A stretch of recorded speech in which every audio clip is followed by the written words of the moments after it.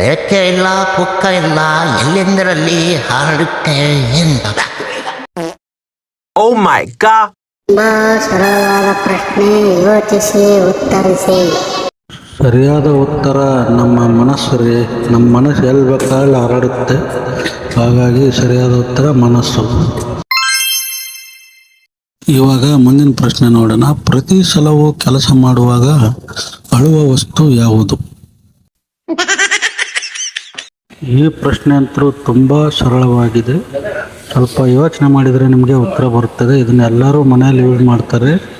ಯಾವ ಟೈಮಲ್ಲಿ ಅಂದರೆ ಕರೆಂಟ್ ಹೋದ್ಮೇಲೆ. ಈ ಪ್ರಶ್ನೆಗೆ ಉತ್ತರ ನಾನು ಹೇಳೋದಿಲ್ಲ, ಬೇಕಂದರೆ ನೀವೇ ಕಮೆಂಟ್ ಮಾಡಿ. ನಿಮಗೆ ಕ್ಲೂ ಕೊಟ್ಟಿದ್ದೀನಿ. ಧನ್ಯವಾದಗಳು.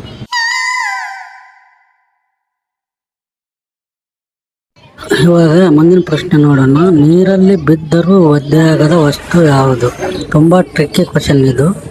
ದಯವಿಟ್ಟು ಯೋಚನೆ ಮಾಡಿ ಉತ್ತರಿಸಿ. ನಿಮ್ಮ ಮೈಂಡ್ನ ಸ್ವಲ್ಪ ಓಡಿಸಿ, ತಲೆ ಓಡಿಸಿ, ಉತ್ತರ ಸಿಗುತ್ತೆ.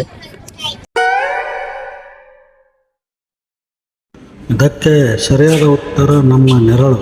ನೆರಳು ನೀರಲ್ಲಿ ಬಿದ್ದರೂ ಅದಕ್ಕೆ ಒದ್ದೆ ಆಗೋದಿಲ್ಲ. ಅದಕ್ಕೆ ಸರಿಯಾದ ಉತ್ತರ ನೆರಳು. ಧನ್ಯವಾದಗಳು.